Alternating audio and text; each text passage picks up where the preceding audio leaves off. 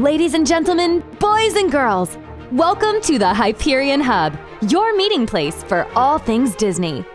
Now your hosts. Hello everyone and welcome to the Hyperion Hub. I'm John Alois and I'm joined by Sean Degenhart. Hello. And John Redling-Schaefer. Hello there. We hope you're having a great week. We're going to start things off with our Disney views and toss it over to Sean. Yes, so guys, I know you have to love those Funko Pop Disney figures. Are your offices filled with them like mine is? I have a few. Okay, well, have you seen the latest line that they just released? I think I know where you're going. Okay, they've got some awesome Disneyland 65th anniversary sets. So I went to look at the pre-orders and saw that, they weren't going to be available until later this fall, and some of them had already sold out, even on the pre-orders. They have got a Peter Pan in his ride vehicle for Peter Pan's flight. There's a Mr. Toad in the car for Mr. Toad's Wild Ride, which is great. Disney Archives is releasing one. The 5 Mickeys, the 5 chronological Mickey logo. Right. They've got the complete set of those that they're releasing. And then the Disneyland 65th, it's a lot of fun. They've got Donald on a Matterhorn ride vehicle. My favorite, though, is they've got a band leader, Mickey, with Castle. Wow. And then they have a Walt Disney holding a Mickey Mouse with the Castle. That one I've seen listed for like $85, so I have not ordered that one. I have seen those available on other websites, not just the one that was sold out. So if you're looking, get your pre-orders in, because they're just fantastic. My office is full of them, love all of them, and I've got a lot of the Star Wars ones as well. Yeah, I didn't see the Walt and the castle. I'm looking at it right now. Isn't that great? Yeah, there's a great castle with just Mickey by himself next to it as well. Yeah, these are pretty spectacular for anyone who collects these. Yeah, so check those out. Yeah, I hope my family doesn't see these anytime soon. We are kind of addicted at times to certain things, and Funko Pops hasn't escaped our addiction. And the biggest problem with the Funko Pops is just trying to find the one you're looking for, because you see those shelves and they're just stacked up and you're picking them out and trying to see how many 5 deep, what's back there. But they're just a lot of fun. The Disneyland Haunted Mansion with the butler out front. Wow. I saw that one, yeah. Talk about a rabbit hole. Mm-hmm. I'll be here all night. Well, thanks, Sean.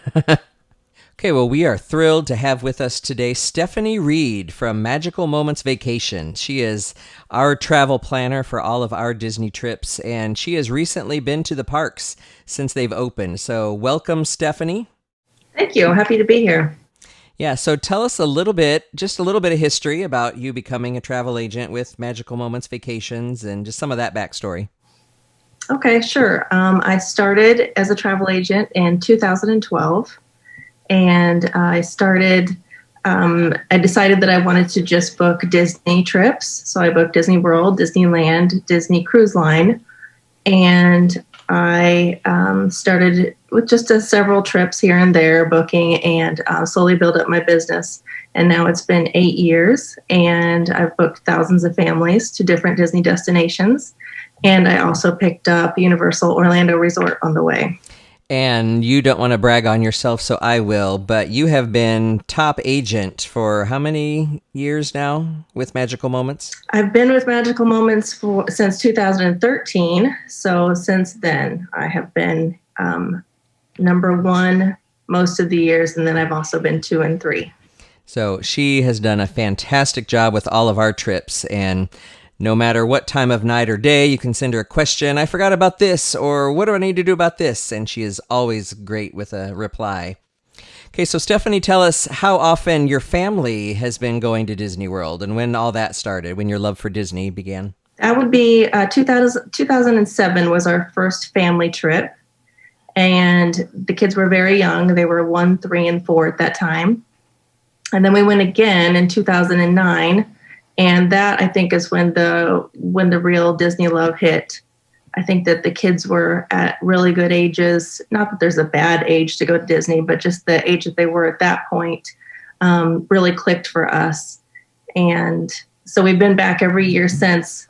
almost. I think we may have skipped a couple years in there when they were smaller. But sometimes we go twice a year. Sometimes we go 3 times a year. Sometimes we'll throw Disneyland in or a cruise instead.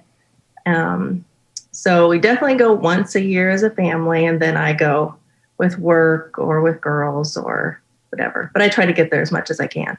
And we've talked about this before, but really when you think about Disney trips, it's not the attractions, it's not the restaurants, it's the family experiences.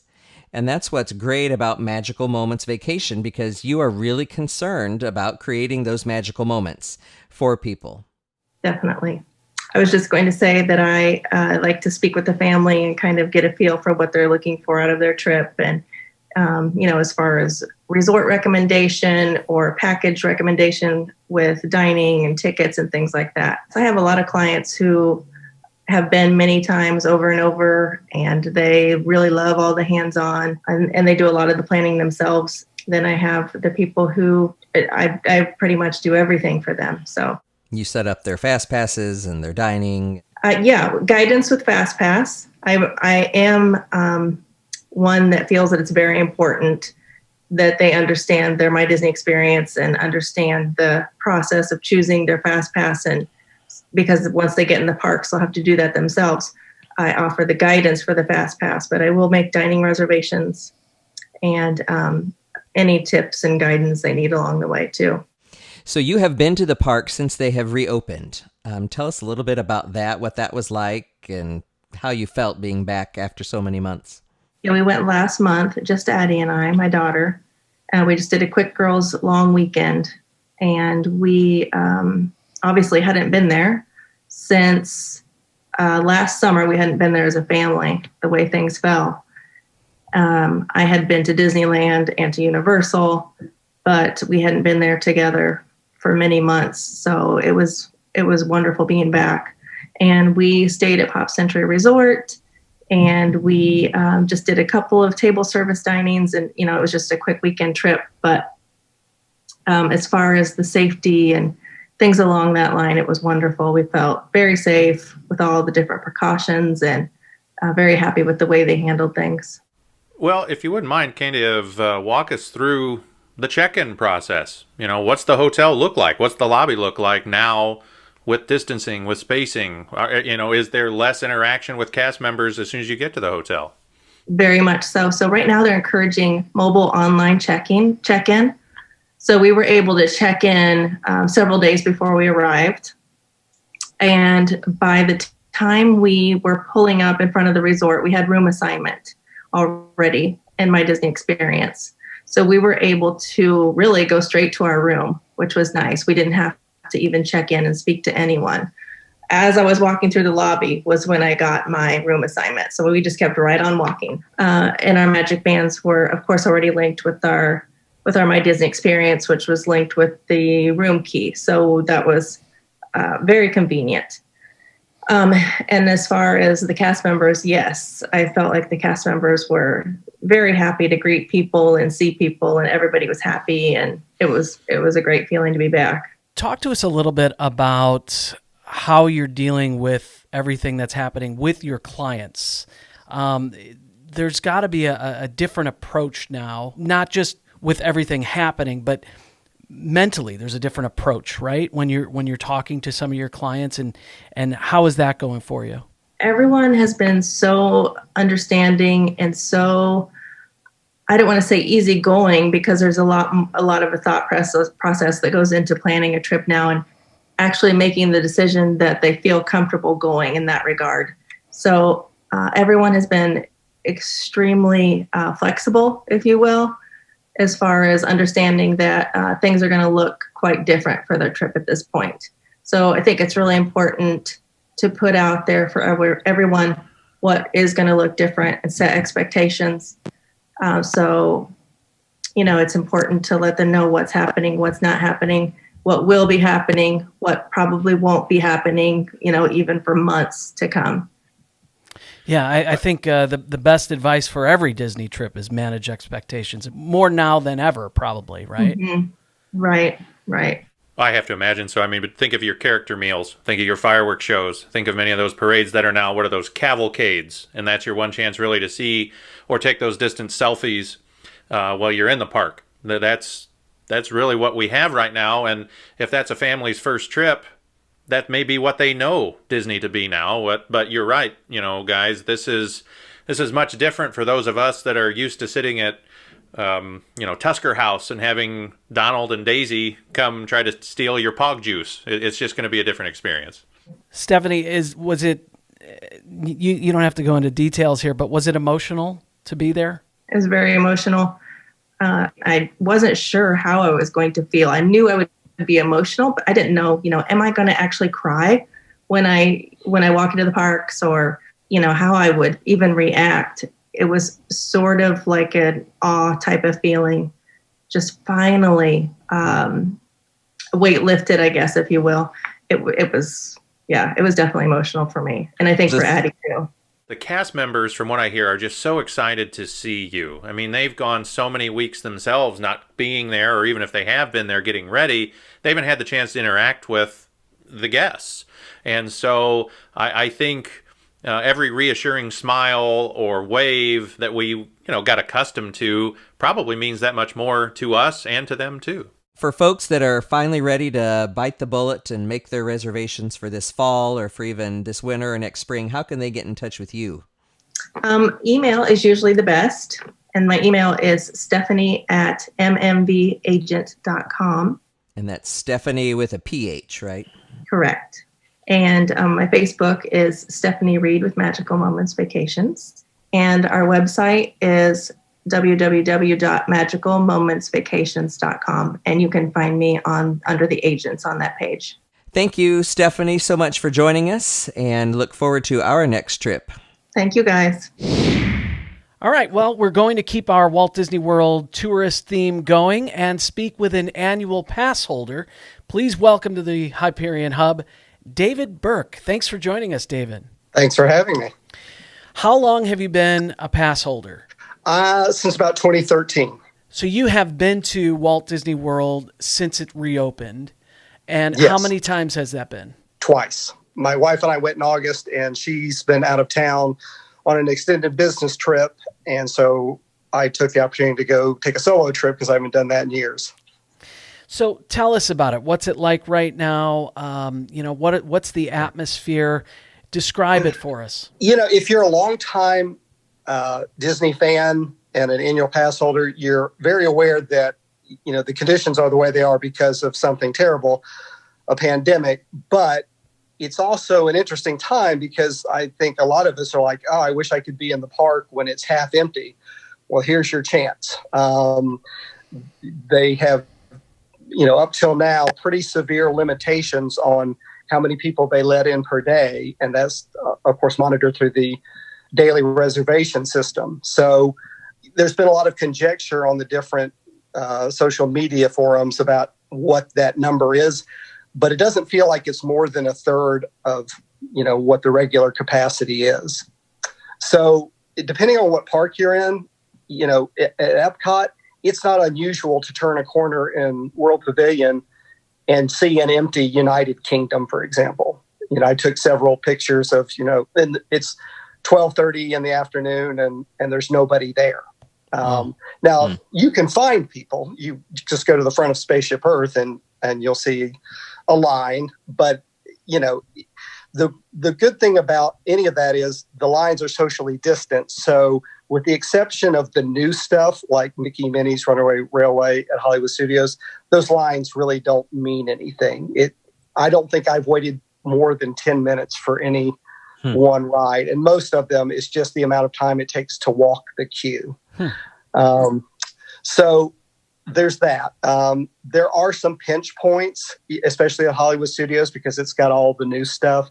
And as you know, it's not laid out as well as the other parks that has dead ends. And so it's at Hollywood Studios where you're going to feel like, oh, this feels like the old days with crowds and everything. But it really isn't. You can look at the parking lots and see that there aren't nearly as many people. So that's certainly, if there's a positive to be had here, that's one of them, that you can enjoy the parks with relatively few people.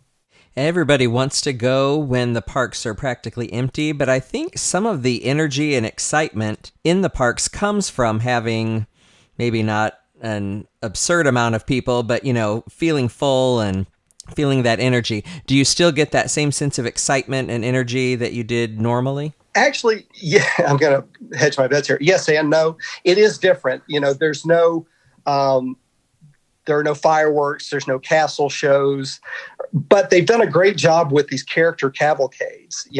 Just out of nowhere, depending on what park you're in, you'll have these floats go by, or Anna and Elsa in a carriage go by, and it feels kind of organic and cool, and probably a little bit more like Disneyland, in that it just feels like, oh, look, there they are.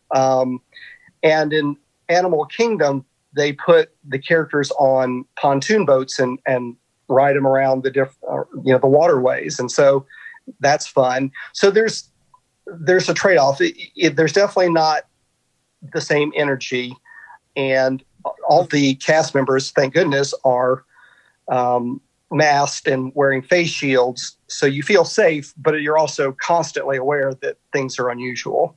So yeah, it does feel different.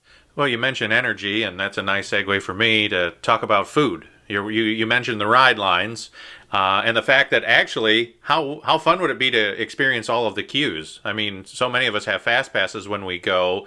I can tell you, I know many rides that I haven't even experienced the queue experience. But let's talk about table service and or quick service. Before this happened, we had mobile ordering starting to emerge at some locations.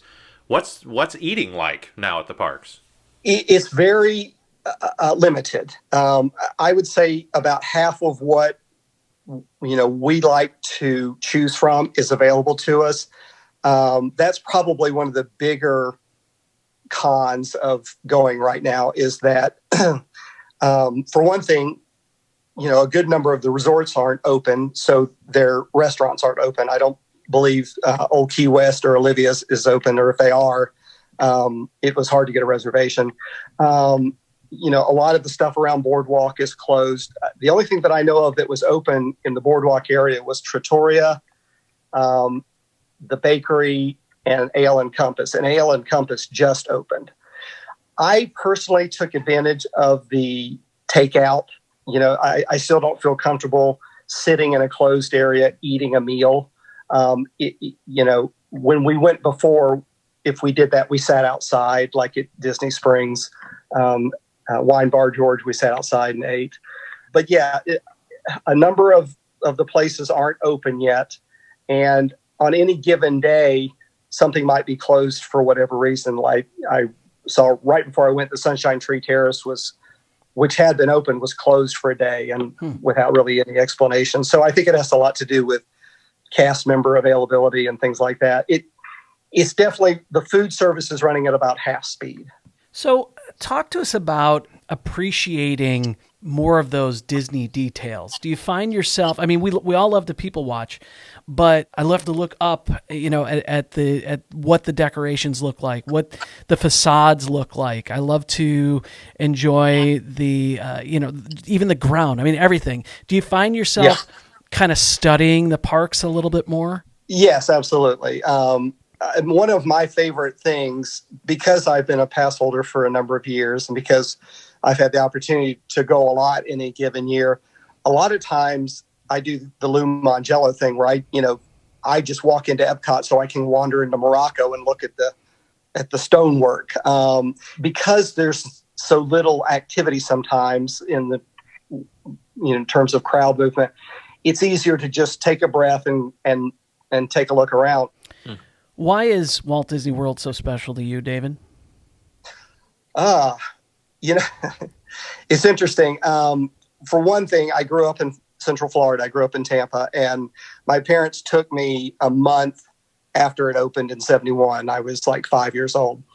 I don't remember much about that except standing in line and doing like Country Bears Jamboree and the train. But growing up in Florida, it was every trip we took. It was every school trip that we did. And I moved around a lot, and it was interesting. My wife said to me one day when we were walking down Main Street, she said, "This is so important to you because it's the only place that feels like home." And I thought, wow, that's true. I can't, I grew up in Tampa, but none of those houses are really my home. My family moved to Naples. That's not really home. I live on the Gulf Coast of Alabama, and I love it there, but it's not like I have a history there. Main Street, USA is the only constant in my life, which is either really profound or really sad. I can't decide which. It's not sad. Not at all. Yeah. Is it still special now at the last couple times you've gone?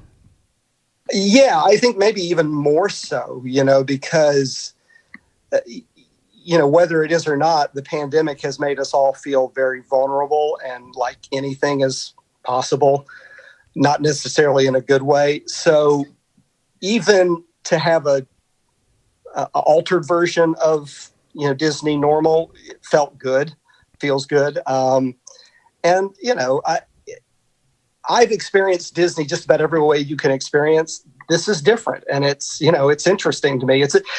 And my wife and I, we love kind of the park ops side of things. How are they handling this problem? So we spend a lot of time just kind of digesting how they're doing things, how they've structured queue lines, how they are doing food service. What was the thought behind shortening the park hours after Labor Day, that kind of stuff. So it's all interesting to me. They're running a city, and it's ever changing, and it's always interesting. David, thank you so much for joining us. This was outstanding. Cool. Thank you. I enjoyed it. Our thanks to Stephanie and David for joining us this week. We are always looking for new stories to tell. You can share yours with us by emailing us or sending a voice-recorded message at podcast@thehyperionhub.com. If you are listening to us on Apple Podcasts, please rate and review us so more people can find the show. We'll talk to you next week, everybody. Have a great week. We're glad you could join us. We'd love to hear from you. You can email or send us a recorded audio message at podcast@thehyperionhub.com. Find us on social media on Facebook, Instagram, and Twitter.